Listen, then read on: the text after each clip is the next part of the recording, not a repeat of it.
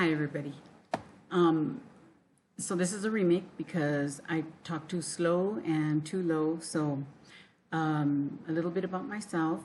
I am a teacher. I've been teaching for almost 20 years. Actually, it is 20 years now. I've taught everything from second grade to adult education. Currently, I hold the teaching credential in vocational and career and technical education, business and finance.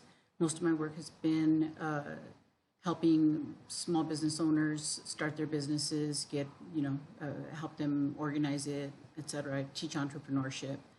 I One of my last projects was helping some friends of mine start their framework for their school.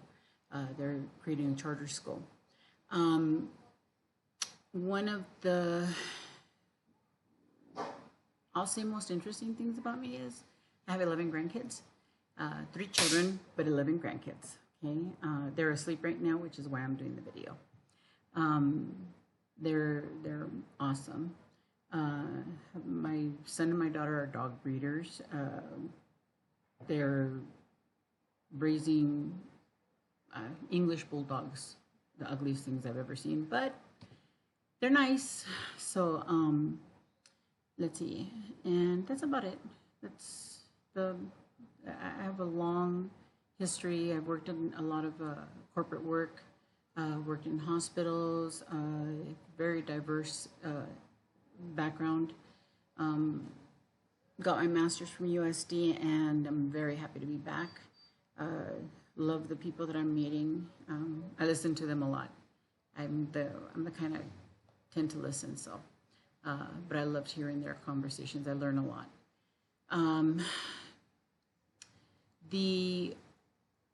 What do I think of globalization? Well, globalization has been happening for quite some time now. The impact of globalization, I would say, on every country is extensive. I know here, if depending on administrative policies, U.S. administrative policies, depends who's in power at the time. Globalization can be either a plus or a negative. For this current administration, it's been pretty strange, to say the least. I'm learning a lot about politics, which I don't like, but it's necessary. Globalization, I believe, has really impacted cultures. Culturally, I want to say that everyone that I've seen has some kind of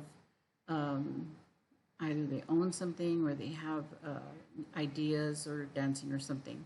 It's my granddaughter. And it is something that's interesting. I believe the impact of globalization hasn't ended yet. And but I believe it's going to shift. So, this country that I chose was Canada. What I liked best about Canada, one of their best things was, well, I actually like 2 things. One, that 90% of their adults have graduated, and they've graduated high school. Something that we need to learn about and do here. The second thing is that they have, instead of the horrible mess that we have for ESL here, where everybody wants to, limit language and so on, Canada has incorporated the Indigenous peoples' languages into their curriculum, into their studies. And they are, hi honey, and they are, I would say, embracing it, because they teach it up to 7th grade, which is great. That means their students have their identity, their cultural identity, and they can grow with it. One of the negatives, perhaps, is that, I don't know, to me it's kind of a good thing, but is that they don't have, the way we have the United States Department of Education, they don't have that. each district is allowed to, and I mean, by district, I mean state, they're allowed to run their own schools their way, which I found was very interesting. So that was a negative in that, you know, how do you get everything to be, you know, to match to, how do you know that each student has acquired what they need, you know, to progress academically. Still looking into that. So let's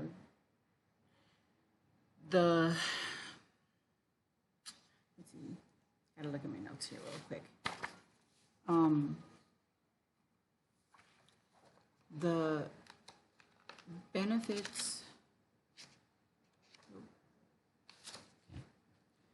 I think this is gonna, hi everybody. My name is Grace Munoz.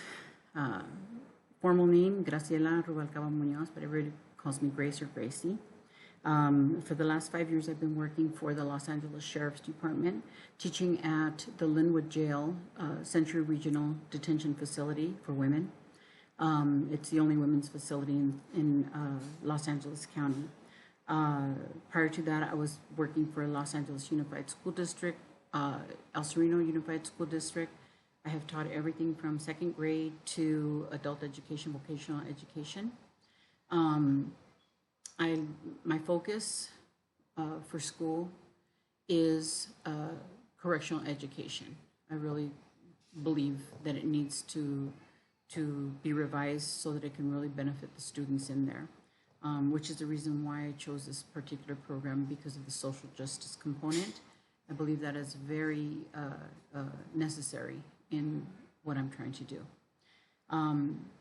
For globalization, what is globalization? Well, pretty much globalization is how all the other countries have impacted the United States and the cultures here, the cultures and society, where, you know, in the early days, we only used to have products that were made here in the United States, etc.